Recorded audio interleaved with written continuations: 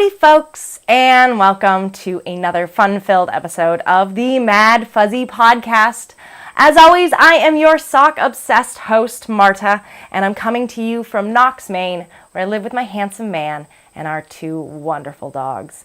This, if you're new, is a knitting podcast with a little spinning and a little hand dyeing thrown in, as well as what I like to call homesteading crafts. If you are new to the podcast, welcome. Hi, I'm Marta. It's nice to meet you. I hope you pop over to the Ravelry group and introduce yourself in the introductions thread. If you're a returning viewer, welcome back. Holy smokes, it has been another long hiatus for the Maddfuzzy Podcast, but I am so excited to be sitting down and chatting with you today. Today is Saturday, which I should normally be at a farmer's market, but I got another one of those magical surprise days off, and so I am here on it's kind of warm, but there's a nice breeze, and finally our long stretch of humidity has ended. So I can dye some wool out in the yard. I'm coming to you between dye pots, so I've got a bunch of pots cooling right now, and then I'll go back and dye after I film this podcast. So in case you are new, I am the owner and dyer behind Maddfuzzy Yarns, which is a 100% Maine-made yarn company. I source the fibers from local farmers, have them milled to my specifications, and dye them right here in Maine. You can check me out on Etsy, as well as Facebook and Instagram. I am Maddfuzzy in all of those places. The Maddfuzzy Podcast does have a Ravelry group. I hinted at that earlier. If you'd like to pop over there and join the group, we are a sock-obsessed bunch of people, but there is other projects smattered in there if you're not a sock person, so we'd love if you would join us. Currently, I do have a cowl going on, which is the Heal My Broken Heart cowl, and that's going to be going to the end of August. All the rules and whatnot are listed in both the chatter and the finished objects thread. Because this is not a cowl for completion, this really is all about experimenting with new heel constructions and trying out some of the different heel constructions, maybe a little bit off the beaten path. So you don't actually have to finish, you just have to get past the heel on one sock, so you can try it on, and you have to tell us all about it and how you liked it and the fit of it and all that good stuff. And I have some continuations of heels I've been trying, and kind of some conclusions on some heels I've been trying. No real new cast-ons, sorry guys. Because this is kind of an impromptu episode, I didn't do my hair, I just pulled it up into a bun. I did put mascara on for you guys. I know, since I'm completely alone here at the Shire, why even bother? But I wanted to showcase these big, gorgeous eyes with some mascara. So, alright. Well, that's enough about the administration. I don't think I forgot anything. Oh, if you do want to email me, feel free to email me. All the information, I always post my show notes and all these links and whatnot down in the description bar. So if you want to follow a link that I talk about on the show, or you want to go check out the Etsy shop, please do. Yeah, all the links are down there. And I'm in a new location today because we put a giant refrigerator over there where I normally podcast, so I couldn't set up the tripod. So we have a great view of White Dog hanging out on the bed. Yeah, so hopefully she'll hang out there. Truffle's somewhere in this house, but she'll probably join White Dog sooner than later because that's her favorite spot as well. So I'm going to go right into knitting. This is completely disorganized. I just kind of rounded up all my projects here, but I really did want to talk to you. It had been a long time. So, yeah. Also, I wanted to mention Chevy Rel. I know, still completely obsessed with her.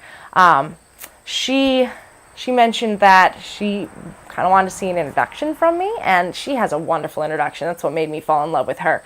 So I think I'm going to be filming a little introduction about myself here in the future. So look to the channel, kind of going in a little bit more in depth about who I am, what I do, how I got to Maine, all those fun things. Maybe a little bit about how Maddfuzzy was formed and stuff like that. So keep an eye on this channel. I hope to be recording that fairly soon and letting you guys know a little bit more about me. Yeah. So knitting. I have no idea what's in my project bags. I should probably look. Okay, let's talk about, I have one finished object, but it's really not finished.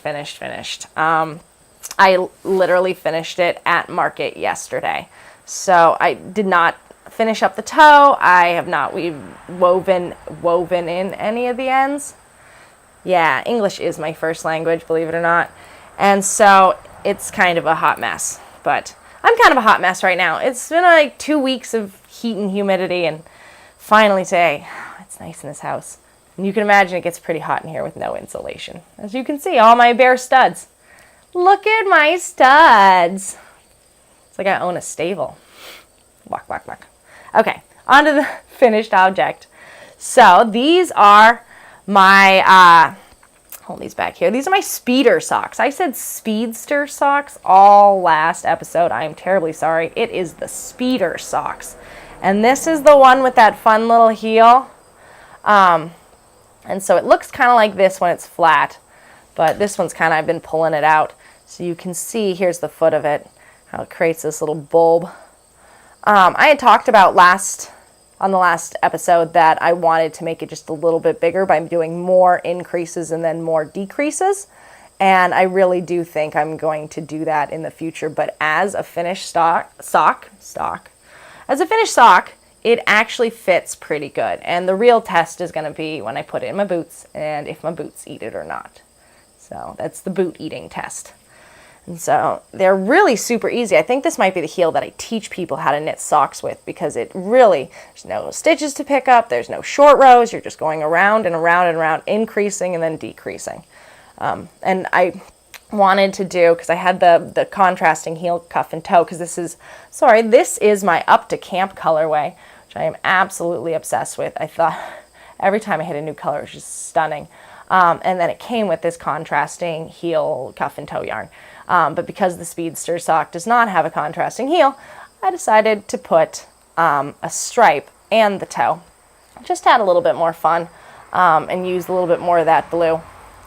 So this is, I've come to the conclusion, I believe this is on my pure fuzzy base. So this does not have any nylon in it. I think when I dyed the kits, I dyed one on each base. So that's the one that had the knot in it. So I think this is my pure fuzzy, which will be a great test to see how the 100% East Frisian wool holds up. My pure fuzzy base is 100% East Frisian, which is a milk sheep that I sourced from a milk dairy or a sheep dairy in Whitefield, Maine. And I love it's a rustic yarn. It has a little tooth to it. It's semi-woolen spun, so it's not as fluffy as woolen spun, and it's not as dense as a worsted. It's kind of in between. There is a little bit of a halo to it, but there's a nice tooth to it. It's really nice to knit with. It never splits. It's tie twist 2-ply. I'm enamored with my own yarn. I should be, but I really am. And this sock really kind of put me over that edge of just being so in love with my base. But I do have another one, and this is the one that's still on its little needles. But I have two, and they're going to be nice, super long cuff socks, which I do always love. Yeah, so that's my finished object. I have a couple. Oh, I'm hooked up in my mic. Got strings everywhere, completely disorganized. But it'll be a good episode anyways. So I have a couple works in progress. I'll show you the ones you've seen. I've gotten pretty far on it. I do disclaimer for this episode. White Dog is blowing her coat. Thanks, White Dog. And so it just falls off her. I brushed her for like a half hour last night and just clump after clump out of this brush. And it just was never ending. When she blows her coat, it's pretty epic. Like, I'll sweep and the next day there'll be like tumbling White Dog hair tumbleweeds across my floor. So this basket where this project has been living is on the floor by the side of my bed. So when White Dog jumps over it or jumps off the bed, dog hair falls into the basket. So pardon all of my projects for having white dog hair all over them, because that's the magic of having a white shepherd. So White Dog is a purebred American white shepherd. We rescued her several years ago. In my introduction, I'll try to go into how I got the dogs and whatnot and why we named her White Dog. Yes, that is her actual name. It's what that's on her vet. Like, we bring her in, they go, this must be White Dog. Yes, that is White Dog. So, This, my dear friends, is the progress on my Selbu sock. Oh my God, I am so in love with this. Can you believe this? This is my Madame colorway. This is in my yarn again. Madame is definitely on my Pure Fuzzy base. It sparkles like no one's business. And the white, I think, is Pure Fuzzy because I had a little ball of it. I'm going to have to put some more. So I'm just down to this. I'm going to have to take some off of the cones because there's not always 100 grams left on a cone. So I'll have, 20, 30 grams of just here and there. So I'll grab some more and continue. This yellow is kind of an unknown color, but I did replicate it for sale when I did the last dye session, which was actually my last podcast. Yeah, it's been really busy in between here and there, and I just haven't gotten a chance. It's been also too hot. I can't dye if it's that hot out. I literally dye with an eye, so I don't. Because it's not my full-time job. I already bake in the sun for my full-time job. I don't also need to bake in the sun on my days off. So yeah, that's the Selbu sock.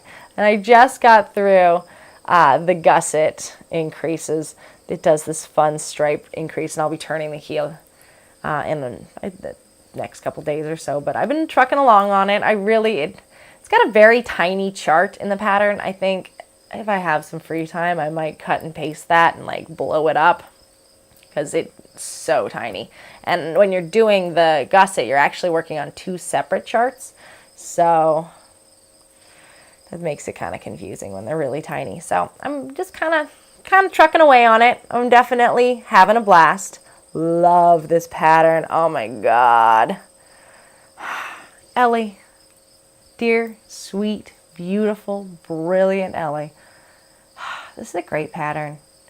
And yeah, I bought her Selbu mitten kit number 2.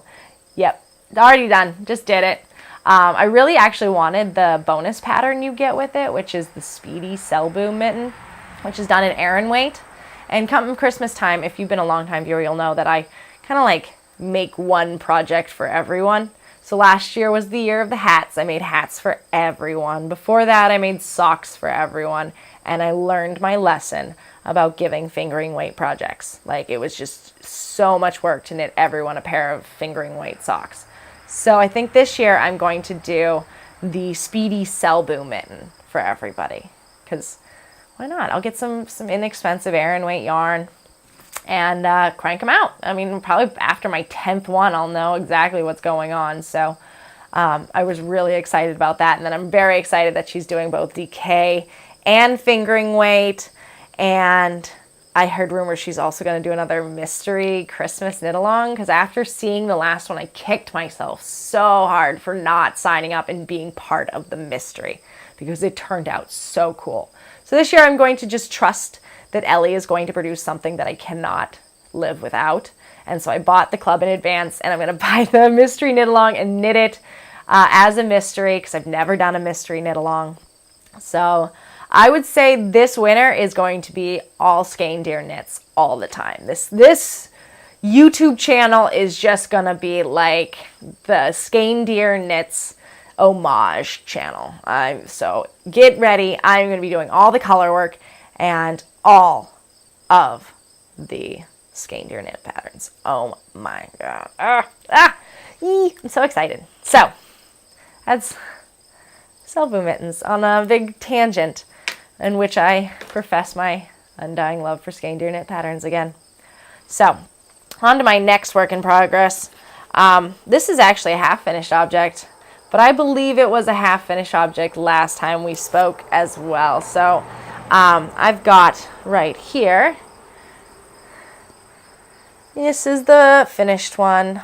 No sock blockers today, guys. Sorry. Just don't have enough finished stuff to put them on blockers, but I guess you'll be fine. So this is Shirsty Cat Yarns again. And it is in her On Tropical colorway. And this is the Vanilla is the New Black pattern, and I like this heel. This heel fits really good. It's fun to knit. When I did the second one, spoiler, I have it past the heel.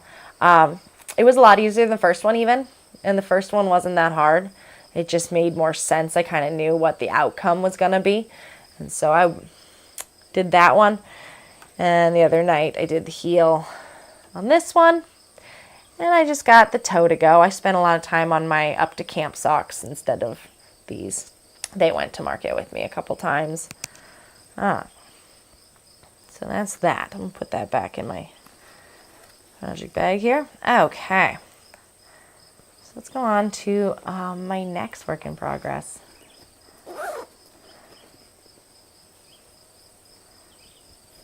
So this is also half-finished objects. See, I do have a bunch of stuff. Next episode, I'm going to have all the finished objects and hopefully a bunch of new cast-ons. But this is kind of like in that transitional phase where you're sort of halfway done with everything and just kind of wrapping up loose ends. This is also, I think, the point where everyone gets into those UFOs.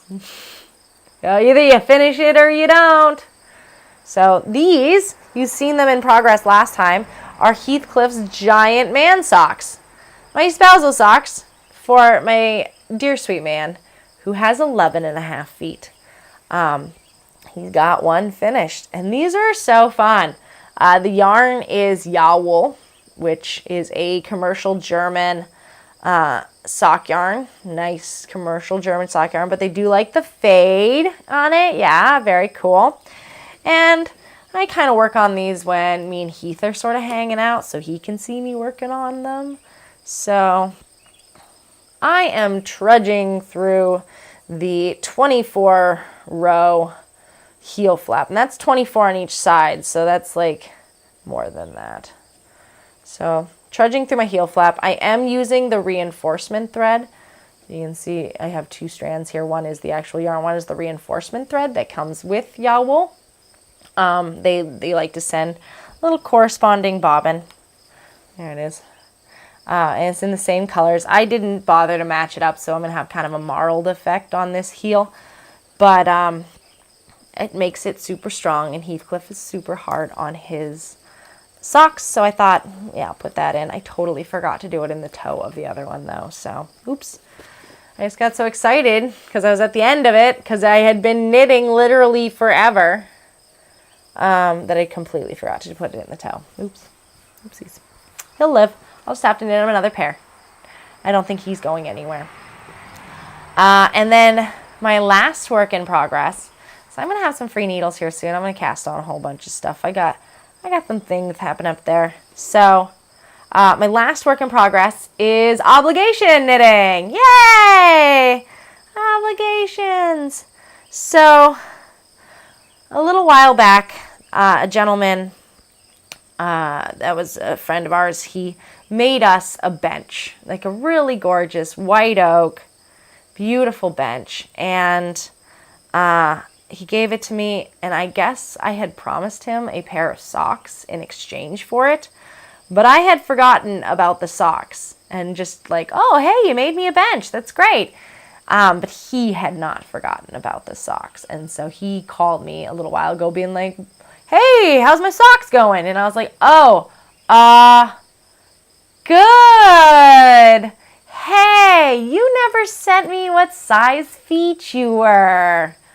So you sent me how big his feet are. I got to knit these for him.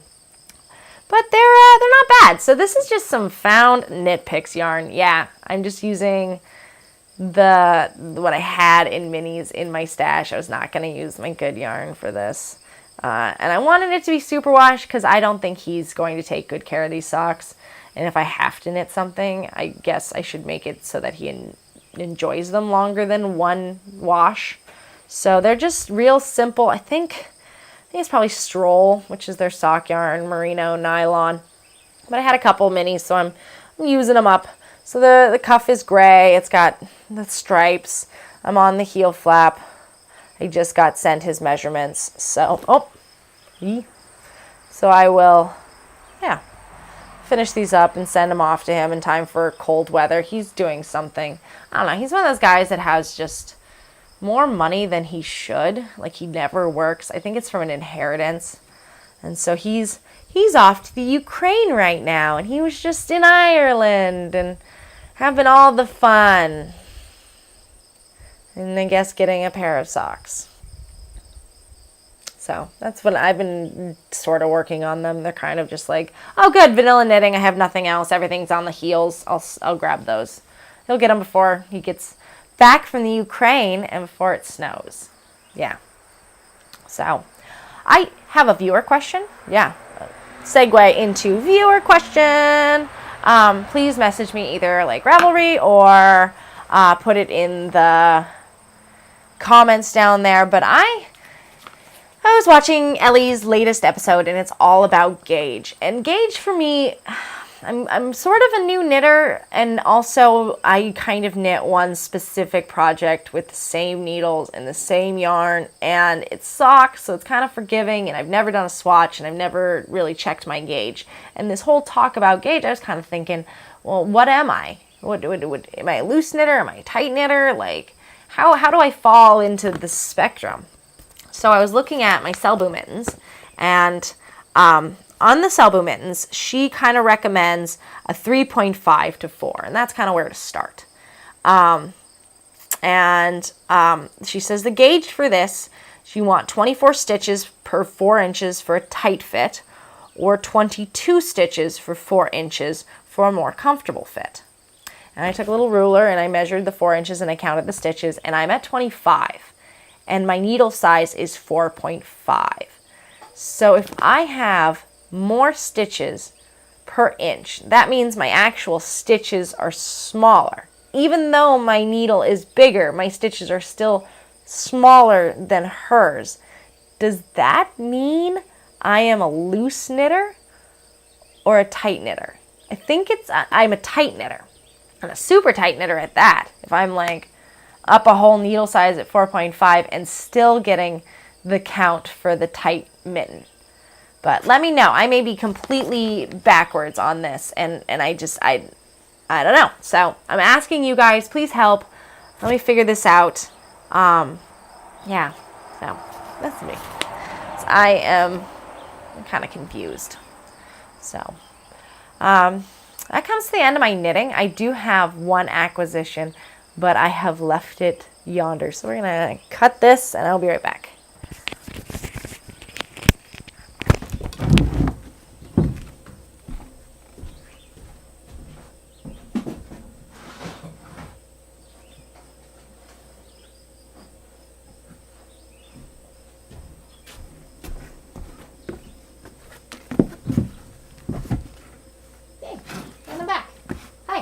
So I do have one acquisition for this episode.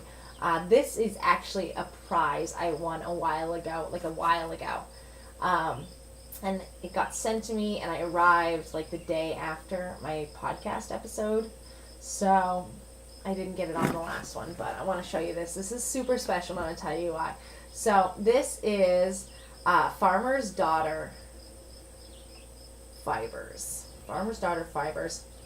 And I won this at an Instagram giveaway done by Dandelion Dreams podcast, which is a really fun podcast. She's out in Oregon. She's a sheep farmer.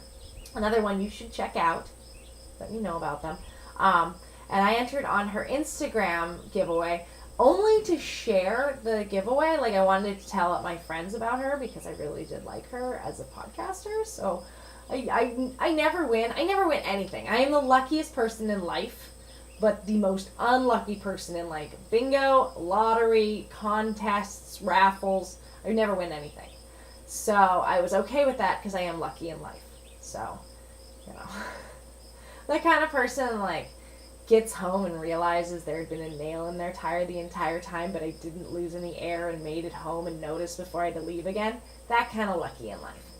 But to win was really awesome, considering I'd only entered to share about it, and then I won! Yay! And this is just the most gorgeous skein. The colorway is so nice. It's Rough Customer. And Farmer's Daughter Yarns, I went and looked her up because it does say it is made in Montana, and I am a Montanan. Yeah. So I'm going to Montana in March. Me and my friend Brittany are doing a big hot springs tour of Montana. She's never been to Montana, so I wanted to show her kind of where I'm from, my stomping ground, introduce her to some of my college friends. And so I wanted to see where this dye studio was. Maybe I could go up there and, say hi. She had. So I went online, looked her up, and she's in Great Falls, which is like 90 minutes from Helena, where we're going to be staying. And my friend Anna lives in Great Falls. We're going to go see her. So I'm going to try to coordinate it, because she has open studio hours on a Tuesday or something like that.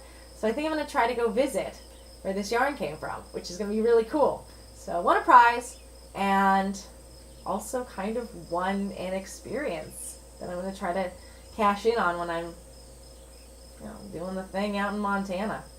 So that was my one acquisition. I'm not sure what it's going to be. It's probably not going to be socks.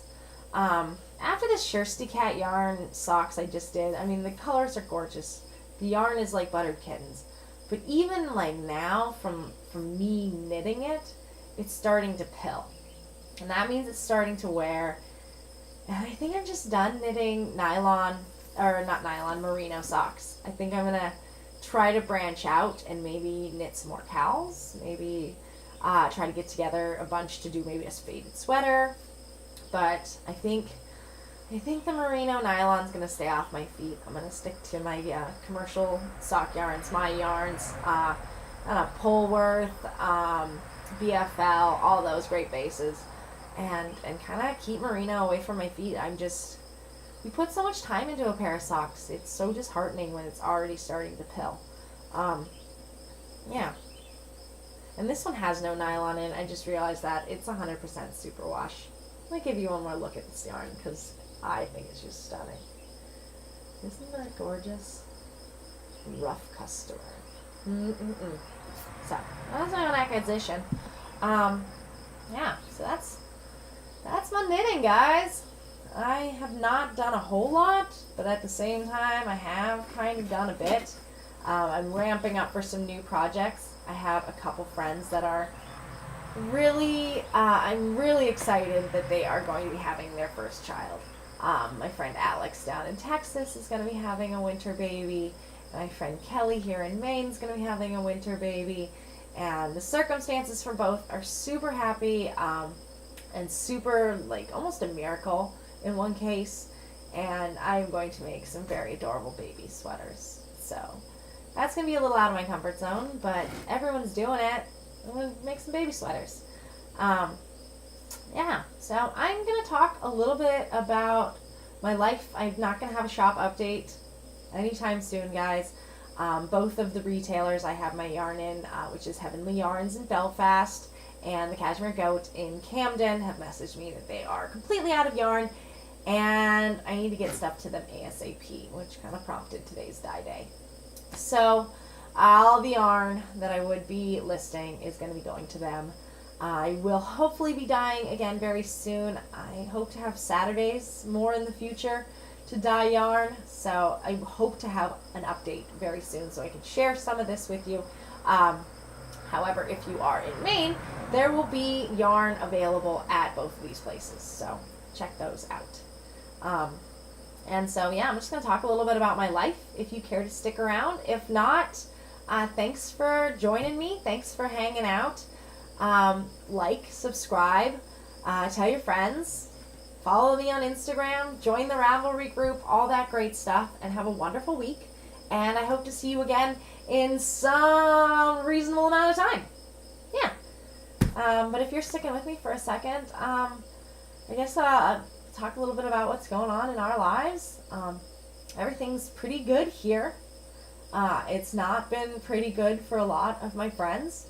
And a lot of people in this fire world, and I really wanted to say something about it on my video here, so I kind of saved it to the end because it might get really kind of down. It's been a really bad week for all the fur babies. So I just wanted to kind of say to all you fur parents out there, mommies and daddies with fur babies who are maybe having a little bit of a rough time right now, sick, passed away, injured. I'm so sorry. I feel for you. I know that having a pet is like having a part of your family, and and I'm sorry, and I empathize and sympathize, and oh man, camera, way to like kill the mood. And I just like stopped recording in the middle of that.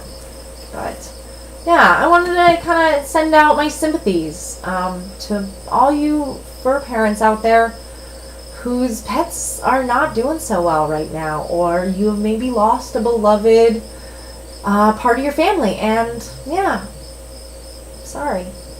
I love you guys. And if your fur babies are healthy and happy, hug them and kiss them, and I don't know. And I just wanted to touch on that because it seems like everybody's having some doggy, kitty, rat issues right now, and I'm just really happy that my dogs are doing all right, and everyone's happy and healthy. A little hot, but happy and healthy.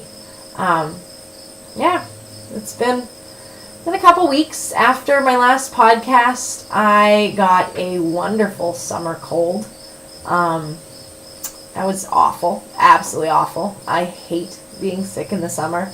And I was sick for the family reunion, and just a snotty, disgusting mess. So I'm meeting all of Heath's extended family, and I am just disgusting and sick. And so we weren't there very long, and I went home and slept for the next couple of days because it was awful. So yay, I took 4 days off of work and was sick for most of them. It sucked, really sucked. But I'm feeling better now, and it seems like maybe the heat wave is kind of past. It's like 89% humidity. And being from Montana, humidity is kind of a new concept. And I was walking with my friend Brittany, and we were talking about humidity, and she said people can drown outside from too much humidity. Like if you overexert yourself, somehow your lungs fill up with water and you drown outside. This is like a mind-blowing concept for me. Yeah. We did a whole bunch of pickling this week and last week. I bought 20 pounds of cucumbers from Dickey Hill Farm in Monroe. They're a wonderful farm. If you don't follow them on Facebook, or not Facebook, Instagram, you should. They're really fun pictures. Naomi and James are adorable and wonderful, and their farm is really cool. But I bought 20 pounds of cucumbers from them, and then I bought 10 pounds of carrots from Piecemeal Farm, and then I bought 4 dozen quail eggs. And we did the carrots and the quail eggs in balsamic vinegar, which I thought was so funny. I'm peeling these tiny little eggs. They're so small. I put a bunch of vinegar in the water. That's the secret, kids. Vinegar in the water helps you peel eggs. Just put some in. I just put a glug. Glug, glug, glug. So I peeled them pretty easily. They're really cute. They're in balsamic vinegar with the carrots. And then I did bread and butter pickles with Betsy, which was much easier this year than last year because I, 1, had Betsy, and 2, because I didn't start at 3 o'clock in the afternoon. We started about 9 o'clock in the morning, and we weren't done until 7 o'clock at night. It took all day. But we got those. And then the next week, I got another 20 pounds of cucumbers, and I went to pickle with Grammy Pickles. And Grammy Pickles is not my grandmother, and it's not Heath's grandmother. It's actually our neighbors across the street's grandmother. And we go to all their family functions, and over the years, she's become sort of my grandmother. But they call her Grammy Pickles. That is not her real name. She is just the queen of pickles. And so she taught me how to pickle her way. And so I'm hoping, fingers crossed, my Grammy Pickles pickles are going to come out as good as hers. And she just kind of like let me, like kind of instructed me, showed me how she did it. It's very old world. I'm excited to see what happens, but that's what I've been pickling and doing. Our cucumbers are in full swing, and we'll have tomatoes soon, and new potatoes, and our garden is looking really good. This is the first year we've actually had irrigation up there, so it hasn't really been too bad that we've been kind of in a drought. I mean, nowhere near you guys out west. Sorry about all of that. I know, I used to live in it. It's awful. Sympathies, serious sympathies. But it's been a little bit of a drought for us, but now we have the irrigation, so it does not affect our garden whatsoever. My mother is coming in a few weeks, so we may have a podcast episode before she arrives, but we may not, So I'm really excited to see her. It's been about a year since I've seen my mom. We talk every week, but I haven't actually hung out with her. So she's going to be in town for a while. Unfortunately, that same week is going to be the cheese festival, which is our biggest event for my job. I make cream cheese for a living. And so I'm going to have to juggle her being here with really high production cream cheese making, because it is our biggest event. I'm going to have to make so many cheese balls, it's not even funny. So she may be hanging out making cheese balls with me. At least she's flexible. She just wants to hang out with me. She just wants to be with me, so she doesn't mind if she goes to work. It's not like I work in an office, Put her next to me stickering cream cheese packages and we have a conversation all day. It'll be nice. I just work by myself. So, yeah. The house is trucking along. I got to call the electrical inspector on Tuesday and get him all lined up to come check on our progress and see if we're good to go on getting hooked up with power. It would be really nice. I got that nice new fridge. Yeah, it's huge. I'm so excited. Oh, it has an ice maker. I can put ice in my drinks. It's small things. It's the small things. And I need to call the propane guy and see about getting our propane stove hooked up. And then Heath doesn't normally have a 2-day weekend. He usually just has 1 day off, and we work that day on the house. But he's got 2 weeks where he's going to have 2 days off. And so that makes 4 days to work on our house. And hopefully we get this all insulated. Because all I need to do to not live back with Betsy for the winter is insulate my house and put in my wood stove. And it's a lot less than build the house. I was getting so caught up and so stressed out over how we were going to finish this house for winter that I needed to go back, and I looked at my phone and scrolled back to this time last year. And we had the walls up, framed. That's it. We weren't even on the second story. There were no windows. It just was the framing. We didn't even have the Bantech nailed on the outside. It just was a skeleton of a house. So that made me feel a lot better about how much I can accomplish for the remainder of the summer. But it's gonna be the end of August before I know it, and it gets cold fast here. Once it's officially fall, it's over. So just trying. That's probably all I should really talk about. I've kind of been babbling for a second here. This is supposed to just kind of be the wrap-up section. Let you get another look at passed out White Dog. Maybe she's enjoying that this house is not 1,000,000 degrees today. And I'm going to go check on those dye pots and see if they are cooled enough to start new ones. And if not, maybe I'll upload this video. Maybe I'll take some photos. I don't know. Today is 100% Maddfuzzy day, so I'll do something. But if you do want to check out Maddfuzzy, please do. Hey, I think I'm doing something pretty cool here with the sourcing of these local wools. And I mean, the farmers know that this stuff has value, but they don't have a use for it. So I'm really making it so we're using the entire animal, and it brings me so much joy. I hope you're having a great week. I hope you enjoyed this really quick impromptu episode. And as always, enjoy your knitting. I'll see you later, guys. Bye.